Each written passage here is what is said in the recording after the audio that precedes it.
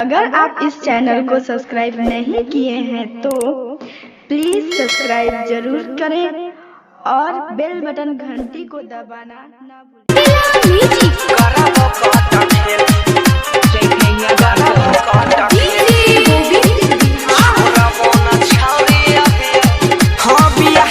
ससुरा से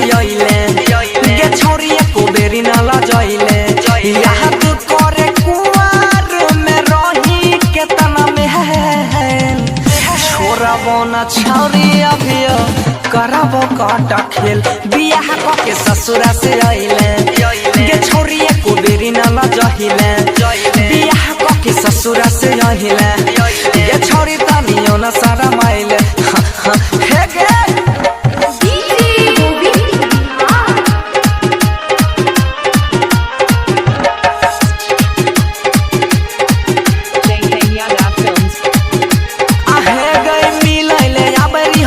काम काज गे चल गेले ससुरा भेलो नहीं लाज गे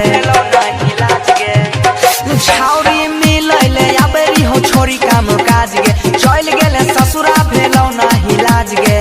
पहिले के जना बहबे न करबा गे छोरा बोना छौरी काटा खेल करबा बियाह के ससुरा से आइले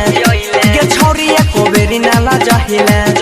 बियाह के ससुरा से आहिले गे छोरी को बेरी नाला जाइले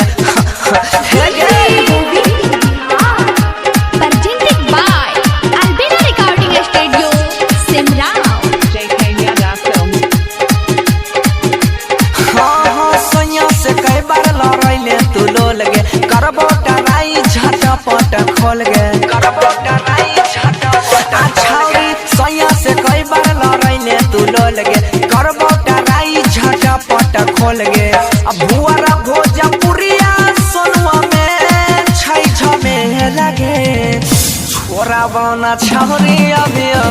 करबो काटा खेल बियाह के ससुरा से आहिले गे छोरी को